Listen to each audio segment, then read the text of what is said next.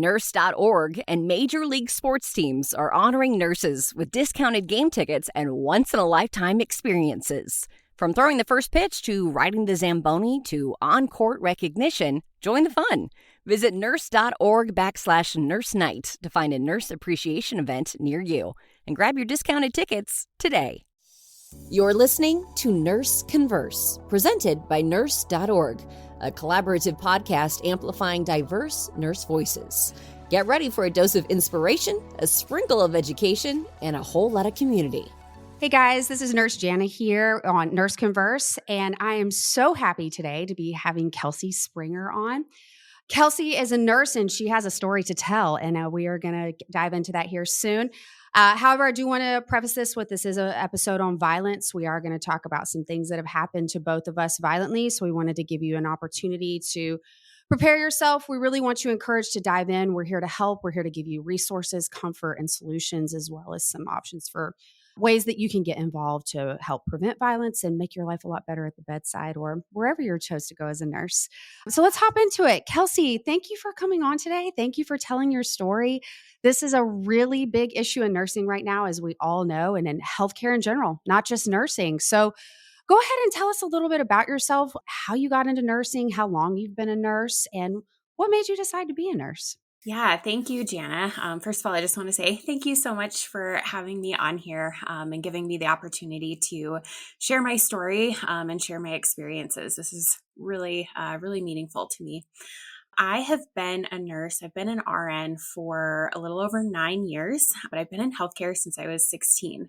So just about half my life. And I, from a very young age, knew that I wanted to be in some form of medicine. My mom became an EMT and then was a nurse. And so I kind of watched her go through that. I was always stealing her textbooks and looking at all the gross anatomy stuff. And so I knew I wanted to do something in healthcare. And it just kind of naturally ended up that I took a very stepwise approach and started as a CNA and pretty much did everything I could up until becoming an RN and just got my master's a couple days ago. Congratulations. That's awesome. Thank So you. you've done the whole route. You started from the very beginning and you've worked your way to a master's degree. Congratulations. Yes. So tell us a little Thank you bit so about much. where you are now in nursing. What is your role now in nursing? Yeah, so I am a critical care nurse educator now. I've spent the majority of my nursing career in various critical care settings, from the ICU to flight nursing to cardiac cath lab, and now get to be on the teaching side of things. Awesome. So when you got into nursing from the day you decided you wanted to be a nurse and went all those steps, when you got to the bedside, was it what you thought it was going to be? Parts of it, yes. And then a lot of it, I had no idea what I was getting myself into. Isn't that the truth for all of us, especially in this day? Did you nurse through COVID? Right. I did. Yes. I was bedside in a couple different ICUs throughout COVID. And the time before COVID, when you, as we call it, pre-nursing COVID, pre-healthcare COVID versus now, what happened? Did you see the shift in healthcare I know that there's been issues before, but did COVID really send it over the edge in your opinion, or was it status quo for you nursing through COVID? No, there was a stark difference kind of pre-COVID and post-COVID. And I think, not only was just delivering care so much different, we were in disaster time for care, but just the environment that we're in definitely changed. And a lot of things have gone somewhat back to the pre-COVID world, but then there's a lot of things that have definitely stayed in terms of just kind of the environment that we're in and just humans in general, how we take care of them, how they respond to us, just our general interactions.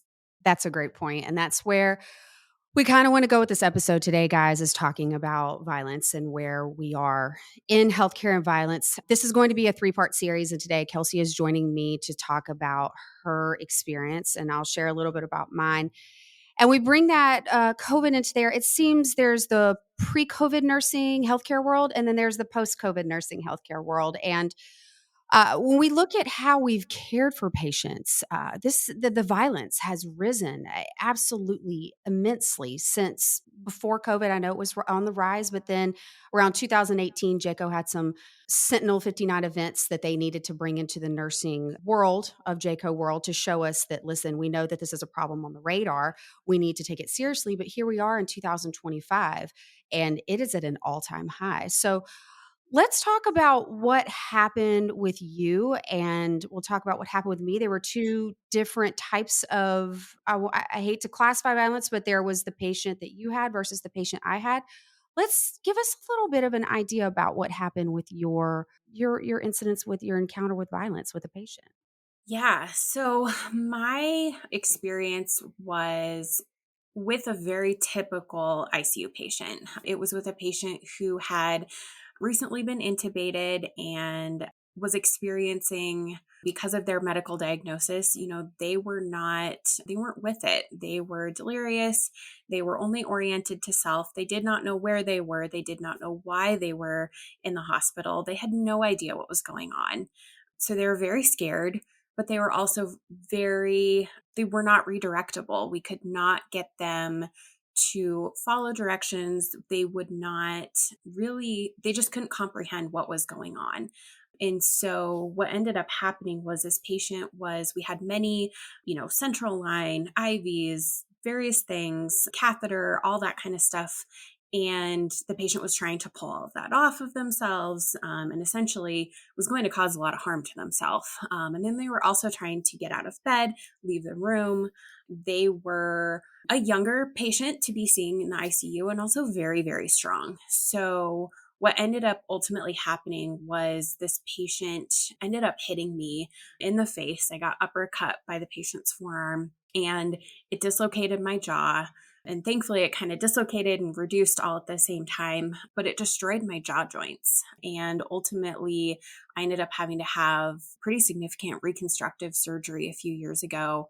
It's been almost 4 years since the injury itself, and I'm still in braces. I'm still recovering, but I got permanently injured that day. I can't chew normally. I have daily problems kind of after that incident. And I think the biggest thing for me is just knowing that this was a pretty typical ICU patient. And I never expected something like that to happen. When you realized you'd been hurt, you've been hurt, you needed to have care. How did you go about that? Did you have to finish taking care of the patient? Were you provided immediate care after? Walk us through the aftermath of, okay, I realize I've been hurt at work by a patient. What's about to happen next? What do I do next? Yeah. So, I mean, initially the adrenaline was going and I was like, oh my gosh, like I'm fine. Like there was multiple people in the room when it happened and someone looked over at me and I was like, oh my gosh, are you okay? It's like, yeah, I'm totally fine. Like nothing bad could ever happen to me at work. I'm fine. And then, after a few minutes when we got everything kind of settled down and I was able to step out of the room, the most vivid memory I have is just recognizing that every single one of my teeth hurt. I could feel all of my teeth. I'm like, oh, this isn't good. And then that just kind of slowly crept into my face hurting, my head hurting, just everything hurting. And I think within like 20 minutes, I recognized like I need to leave. I need to go to the ER. I need to get taken care of. And that was really well facilitated for me. And I think that was something that I very much appreciate, as I was really well taken care of in that immediate aftermath. I was a charge nurse that day. So I was able to wait and kind of hand off to the next charge nurse and then get down to the ER and get care. That's awesome. I'm really glad to hear that. That is ideally what we want to hear. We want to hear that you're being immediately taken care of. Your leadership, your coworkers, they're coming saying, listen, we've got you. You go take care of you. And that is ideal. That is the ideal state that we look for when we have harmed. I'm going to hop in and say here that that was not my story. I know I'm dealing with quite a few people right now who don't have your story, and it's heartbreaking. And I myself was assaulted not by a patient who was in the ICU, but who was in the ER, and under a Baker Act, which is what we all know that Leela, the nurse in Florida, also was assaulted by. Unfortunately, this patient, after attacking me, I was not taken well care of. I was forced to finish out my shift and with the ice pack on my face, and I was not able to receive care for hours after. I tried to reach out for help later on, and I was not given the help that I needed. I was discarded. And then, as I was able to go further into receiving help, it did not go well. It did not go well at all, and it actually ended up in having to go for in legal matters to pursue getting the help that I needed. And unfortunately, that does happen a lot, or oftentimes it is skirted under the table. We don't report the violence. And that's one of those things we look at it now, and you were able to be in a great environment where you recognized the symptoms, you reported the violence, and you were able to get the care. And the patient was safe as well, because at the end of the day, we care for our patients no matter what. What are the barriers that you think in situations where there are nurses who may not have the support system that you have and may have the support system that I had? What do we do? How, when we know that reporting is step one, but you're afraid to report the problem, what do we do? What do we do in the healthcare community to say, I have a problem. I'm scared because I'm either going to be reprimanded, I'm going to be shunned at work, they're going to try to talk me out of it, which happens quite often. Walk us through what you think might be an appropriate solution or ways that nurses can go about this. Yeah, that's a really tough place to be. And I'm really grateful that I, haven't had to experience that firsthand. I think a lot of that comes from a true culture shift, infrastructure shift in healthcare. And I think it's unfortunate because it can be really hard to start that from the inside out. But what I think, things that can be done from the inside are just figuring out, is there a workplace violence committee at the facility that you're working at? And if there's not, gathering evidence, bringing evidence to the table, showing how prevalent these things are and how expensive these things are. It's ultimately, I think, a lot cheaper to put these preventative things into place and to track how often these things are happening to really show, this is a huge deal. This is happening every single day, multiple times a day, especially for bigger facilities, and showing the value behind why it's important to track. And I think it's really hard as nurses when you feel not taken care of by your facility to go in and want to spearhead something and to kind of bring it to the table and say, hey, I want to work on this. But I think that's something that kind of needs to be done. But at the bigger level, I think we need policy change. I think we need massive policy change nationwide because there's no incentive for most facilities to report these things. There's no reason why we should have to. There are some things covered under OSHA, but not specific to these things. Some states have laws where it is mandatory to report these things. In Montana, we do have something that passed into law a couple years ago, is currently in the Senate, or will be discussed again in this current legislative session. And so we need to go out and explain to our lawmakers why these things are important, because a lot of them have no idea. When I tell my story to people, they're always like picking their jaw up off the floor, and it feels so surreal to them. And that's why I'm telling my story, because I want people to know this happens. It is real. It's not just in the movies. It's not just on TV shows. And any one of us is a near miss away from this being a reality for us. And I think we need to get out there and, get our facilities involved, get our lawmakers involved, and just kind of tell anyone who will listen, because healthcare needs to be safer for everyone. Absolutely. I love that you said near miss, because we talk about near miss and we always talk about it in sentinel events. And what people don't know, violence in healthcare is a sentinel event. It is actually recognized by JCAHO as a sentinel event, and sexual violence as well. I do have a friend who was recently sexually assaulted by a patient, and it is a sentinel event. And it is the fact that you come to work and you're fearful that these things happen, but those are big events. You've had a big event. I've had a big event. There have been these big catastrophic injury events that happen to people. But let's talk about that near miss. we're supposed to write up an incident report or go when we say we have a near miss with, say, medication or something else. But then there's the paperwork, right? We don't have time for the paperwork.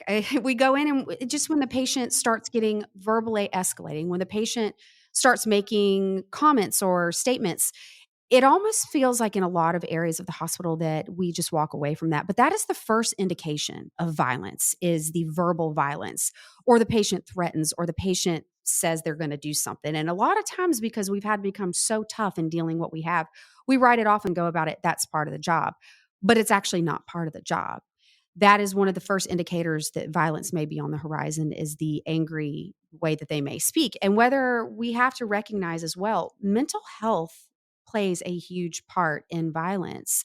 In your situation, this patient was in a position where they were delirious, possibly had ICU delirium. It's common, it happens. They, in their right mind, probably would not have done what they had done. People who are mentally ill don't know. They know better. And when we try to come at them and we say we want to push what charges on them for felonies or whatnot, they're not in their right mind. They, in their right mind, would not have done those types of things. So where do we start in healthcare with saying, guys, we have to start from reporting the near misses, and administration and the hospitals need to make it easier. We have to be able to stop when the violence very first shows its signs of escalating, whether it be intentional or it not be intentional. Do you have some thoughts that you want to share about that? Absolutely. And I really want to echo the point that you made that having it be a felony, having that be the only recourse that we have is not at all going to fix any of this problem. Having a million defibrillators around the country does not prevent heart attacks. It's a great tool to help someone who's having a heart attack. Felony charges can be an appropriate way in some cases after something happens, but it does not prevent and it will not help this problem.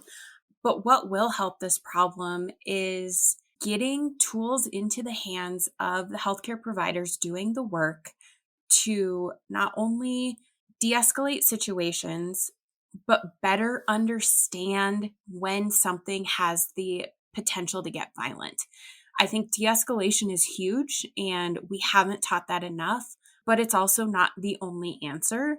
We need to recognize, hey, this situation is not safe, or it is starting to feel unsafe. I need to start thinking about where I'm at in the room. How do I protect myself? Do I need to call for more help? What kind of help do I need to call for? And be getting that very early on. It's just like putting a pair of gloves on anytime you enter a room, having that universal precautions approach to workplace safety, the same way that we have a universal precautions approach to touching anything that's warm and wet and not yours. Put some gloves on. We need to have those gloves for for ourselves. And when it comes to this workplace violence, and I think that's something that we almost wear it as like a badge of honor of like, oh, my patient, told me they were going to do this, or they yelled at this at me. And, now I have a really colorful note to write. We need to change that mindset for ourselves. And that's a culture change.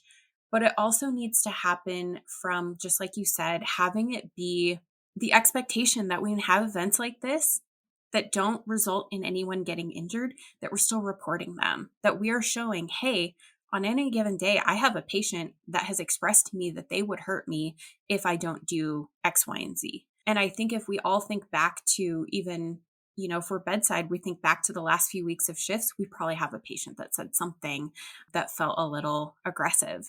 But we're just not used to reporting those because nothing bad actually happened. So we don't report it. But when it comes to medication errors, we report those near misses all the time because we know what it feels like. Man, if that near miss had gone through and I would have caused harm to someone, I never want that to happen. I never want anyone to feel that. But for some reason, we don't have the same feeling when it comes to our own safety. We have that near miss happen, and a lot of times we just kind of brush it off and keep moving. And we need to understand the gravity of what that near miss could have been. Hey nurses, looking for exclusive discounts? Nurse.org has you covered with deals on everything. Save big on the essentials you need to excel in your career. Don't miss out. Visit nurse.org/discounts for the latest discounts made just for you. And this is protecting others. Some of it, they say that everybody will experience violence at some time at the bedside if you stay in long enough. And I don't think I know very many nurses who have not experienced that unless they were in, let's be real, it happens in labor and delivery, mother and baby in the happiest place in the hospital. It happens. People get angry, and we're not talking about just patients. We're talking about family members. We have family members who come in, they don't feel their patient or their family members be taken care of the way that they think they should be, or they have some anger issues. And that's also a threat. We get the threats from the patients, we get the threats from the visitors, and then we also get the threats from the people who come in because, like we saw in the hospital in Pennsylvania, they come in because they were angry of prior care and take it out on current staff. I think, are you watching The Pit, Kelsey? Are you watching that at I all? am. Oh, that's Yes. and I Yeah. HBO Max, if you're listening, I think if there needs to be a discount code for all nurses who do not have it so that they can go on and watch. I think it's been a fantastic show to the best of their ability without them actually being healthcare workers, depicting what we're actually going through. And that brings a point. We can actually illustrate exactly what you talked about one of the episodes where the patient in the waiting room, they're angry, they're mad, they are of sound mind, and they're angry because they have a very legit health concern. They're mad, they've caused multiple issues. There were multiple warning signs in that patient on the show that had they had been addressed at the near miss mark, it could have led to a different outcome. And that story that they showed was one that happens every single day. The patients get mad, they deck a nurse or deck EMT, they deck EMS. It's not just nurses. This is a healthcare wide problem. The pharmacist can be in the room talking about medication and they're angry because they don't get the medication they want and they take it out on the pharmacist. This is anybody who has any patient care hands-on experience that comes into this. So when do we deal with it? Do we deal with it after the patient has been decked outside and they have to come back in and get care? Or do we deal with it at the near miss point is where we have to start addressing the problems? And by reporting those things, even if it seems like nothing, they end up being data points. They end up showing a trend, if you will, to say, this is what's happening. Once this starts happening in the ER, there needs to be a plan. This person needs to be separated, and they do not need to be in general population. If you start acting out in the waiting room, you need to go somewhere else, because not only are you a danger to the staff, you are also now a danger to the other people there. You're also a danger to people in the patients. And that's another great point that I want to come into with the what happens when you do get hurt. And this is very important. And this is something that even if you're not in healthcare, you need to understand. At some point in your life, you are going to be a patient in a hospital. You are going to need healthcare somewhere. Do you want the nurses who are taking care of you to be fully present at work, to feel safe, to feel comfortable and delivering quality care? Or do you want nurses who are afraid to come to work because 24/7 they're having to look behind their back wondering, am I going to get hurt? Am I going to get attacked? I'm not fully present at work because I'm dealing with the PTSD of somebody urinating on me, of somebody threatening to kill me and my family, of somebody actually throwing a punch at me, of somebody threatening my life and harm. Do you want that kind of nursing care? And right now, the healthcare across America, we are all scared. I don't know a lot of nurses who haven't thought in their mind after what's happened across this country lately. Should I really do I have to look over my shoulder when I'm at work? Why wouldn't you? The things that are happening are outrageous. So let's talk about, if that happens to you, what is the next step? Because obviously I'm going to assume, and please correct me if I'm wrong, you've had some PTSD. I've had PTSD. I've had to get help for it. Have you also experienced a change in your mental health based on what happened to you at your place of work? Yeah, I definitely have. And it's been a multi-year process to really unpack what I felt and uncover some really deep emotional mental wounds that have, occurred because of this. Thankfully, I have been someone who's been a huge proponent of therapy my whole life. And so when this happened, not only was it during the pandemic, but I knew it was a big enough event that I was like, I need to see someone, because even if I don't feel it right now, I'm going to feel something later. And I've essentially been in therapy ever since the injury. I do have PTSD. I have had panic attacks. I've had, all of the cardinal things, the flashbacks. I have struggled with feeling safe at the bedside, and I have not gone back to direct bedside nursing. Thankfully, I had actually, it was one of my last couple of shifts in the ICU when this happened. I had already taken another job to go work in the cath lab. I didn't realize it at the time, but that was actually a saving grace for me, because that environment is so much more predictable and controllable, in terms of, you don't want your patients moving in the cath lab. So your patients, are by and large always going to be very safe. It's going to be a safe environment. And that was a huge healing place for me, because I was never in a position where I felt unsafe. But I would get very triggered when I heard the overhead page that there was a violent patient. That would initiate my stress response. I had, a few instances where I was nearby when some of those events happened, and it very much put me into a panic attack, and I had to walk away and use some tools that thankfully I had from therapy to kind of recenter myself. But I am not sure I could ever go back to the bedside, at least right now, because I just can't separate myself if I were to be put in a similar situation again, I would not be able to care for that patient.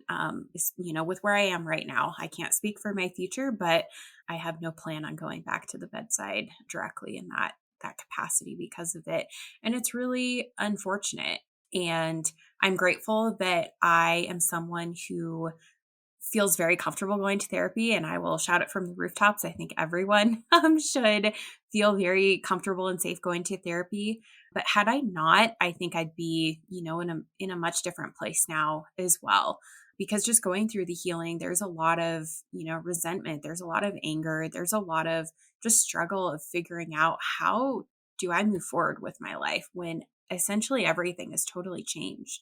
There's not a part of my life that hasn't been affected by this injury. And I don't think I could have gotten through it if I didn't have the support system that I have, but feeling of just knowing that I can go to therapy and I need help, and feeling okay with that. And I think a lot of people don't have that same personal sentiment towards therapy or the support system that supports them going through that. And I really want to get that word out there as well. Absolutely. It's so important. And I also am in therapy and have been in therapy since my event. And it isn't, I do believe in therapy and I always have, but I was very ashamed to say that I needed therapy. It wasn't the first time that I had had panic over being at my job. This was not my first assault. And I had actually sought help much earlier on before that assault, due to an assault that I witnessed on another coworker friend of mine that I watched, and I kept thinking, why do I feel this way? I'm a badass ER nurse. I've been doing this for a while. I am not new to the game. I've had my hands in all sorts of nursing. I'm very much an experienced nurse. So why am I so scared? Why am I scared, and why am I afraid to say that something isn't right? And I do believe that a lot of us in nursing, we have that sentiment. We've also been trained to do that. We see the worst of the worst things that you should not ever, the human mind was not meant to comprehend. We see those things and then we compromise our own mental health, saying, this was part of the job. I'm supposed to live with this. I'm supposed to deal with this, and I'm supposed to move on. And I too had panic attacks at work, and I didn't want to tell anybody. It was embarrassing. And I look back now on it and I think this was a warning sign to my body saying, you've had enough. Not only have you seen death and dying at its worst, you now have also had to be in the position where you think, maybe next time that punch to my face might end my career. Maybe next time it's a weapon and I will not be able to provide for my children. I will not be able to have the life that I wanted. And sadly, Leela in Florida is one of those examples. She'll never be able to nurse again. And that's a sad truth that we're all facing. So of course it's going to come with PTSD. Of course we're scared. And it is okay to say that you're scared right now. It is okay to say we are not in a safe position right now. We're nurses. We are not police officers. We are not soldiers in a war who have been equipped with weapons and guns and training to head out into a violent air area. However, We are being put in a position where now statistics are saying that a healthcare worker is more likely to be hurt at work than a police officer is on the job. But we are the healthcare's heroes. We are the world's most trusted profession. And you're sending us out telling us this. But then when the doors close behind us once we've clocked in, we're actually in a war zone. We're actually having to fight for our lives and pray to God we walk out of the shift okay, that nobody's hurt us. So, of course, there's going to be PTSD. And I want to mimic you and I echo you in what you say.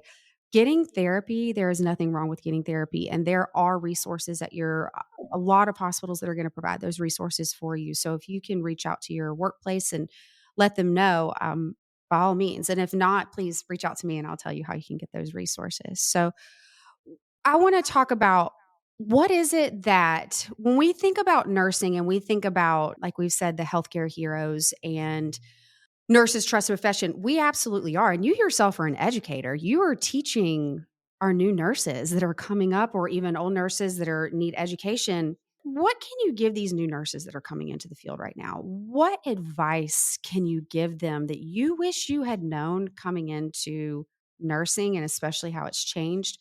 What advice would you give them so that they can maybe be spared some of the things that we've had to go through and learn the hard way?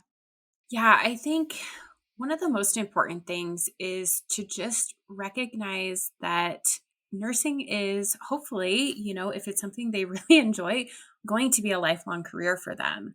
And in order to make that sustainable, that they have to take care of themselves first.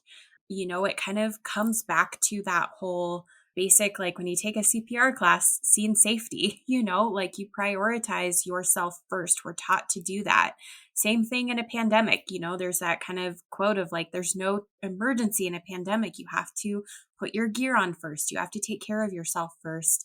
And I think that comes to the thought of also making sure that, we academically make sure whatever department we work in, we do all this continuing education. We study up things that we're not current on. We're like, I want to be the best for my patient, give the best patient care. We need to invest that time into ourselves as well. So if there are opportunities for you to take extra courses when it comes to self-defense, workplace safety, de-escalation, all of those kinds of things, honor that time for yourself. It is important. It is not more important to learn ACLS and then put the self-defense at the back burner. Do them both. And if you have to, go to your employer and say, hey, I need these things. I, want to make sure that I am safe at work and that I can provide, care for a very long time and fight for those kind of things. I think it's really important too, when it comes to being in nursing school, is to also understand the emotional side of nursing.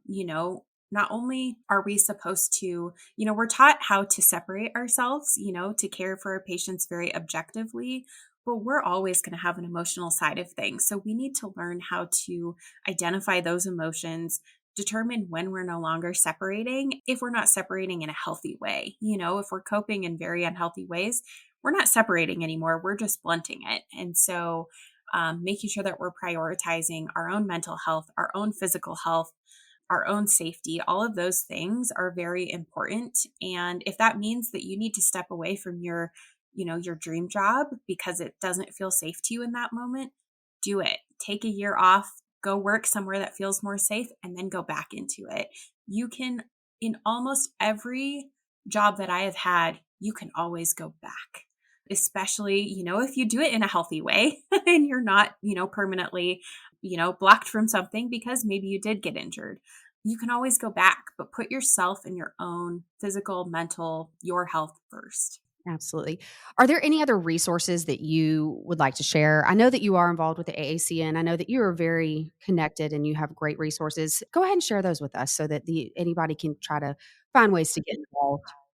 Yeah, so I think professional organization membership is so amazing. I think it's crucial no matter what kind of specialty you work in. There's professional organizations for everything. So I, being a critical care nurse, I'm a member of AACN, and I actually just wrote a blog post that just got published a couple days ago about my experience with workplace violence and some, kind of thoughts I have and resources and things in regards to that. But I think professional membership is probably the first place that I would start. I think the other things, and I'm forgetting the names off the top of my head, but I can send the links to Jana and have them put them out.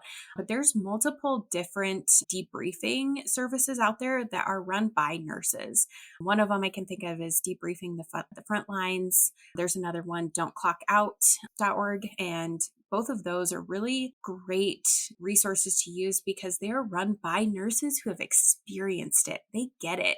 They offer one-on-one debriefing services and support groups and things like that. I know that they've both offered free support for nurses who have been recently affected by wildfires, nurses who are affected by the shooting, a lot of different things. And so there's a lot of different resources out there that are, done by nurses. We're the ones who really understand. And I think that's important to know that those are out there.